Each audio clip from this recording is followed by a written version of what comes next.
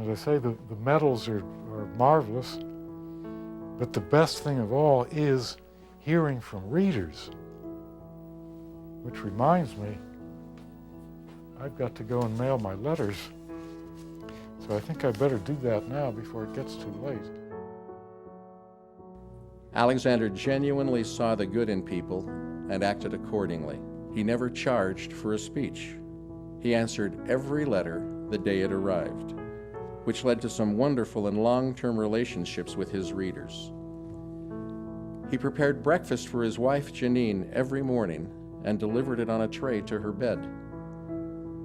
Lloyd knew the name of the pest exterminator, the yard man, the service station attendant, the supermarket checker, and the woman at the UPS store, and the names of their children who received autographed copies of his books. The main thing were the books, and there they are. Anyone can read them, they're there. And I think it's great that he wrote, and I'm glad I could enable him to do so. What Lloyd's private life was is his, and it is what is in the books that counts, and that's what will survive, because I think the very best part of himself is in those books. These books have the ability to sort of get under our skin and become part of us, where there are lots of books that I read and like and enjoy that don't do that. And he somehow, by locking into these themes and making them so credible, he gets that result from the people who read them. Lloyd Alexander tells stories that are adventurous and fun to read, but at the same time provide layers of questions and complications that, for someone who wants to look deeper, can be really exciting.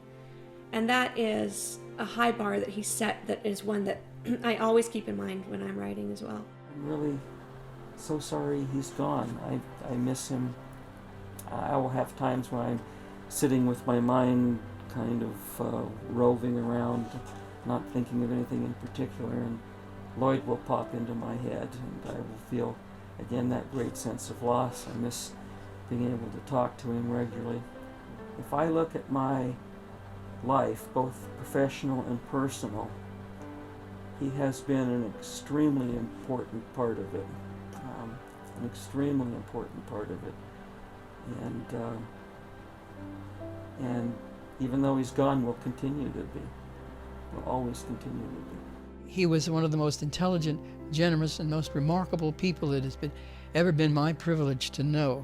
I feel as though I've been given a very special treat to have known him and to work with him. He was one of my heroes in a way, sort of an art hero, if you like. Lloyd Alexander was every bit as terrific as his books. He was generous, he was funny, he was warm-hearted, he was thoughtful, he cared a lot about people, especially the child reader. There are authors who you meet them and their books are never quite the same for you because they haven't lived up to the picture you may have in your head of who they are, but Lloyd lived up to everything. I loved him very much, and I think that if you read the book, you know the man.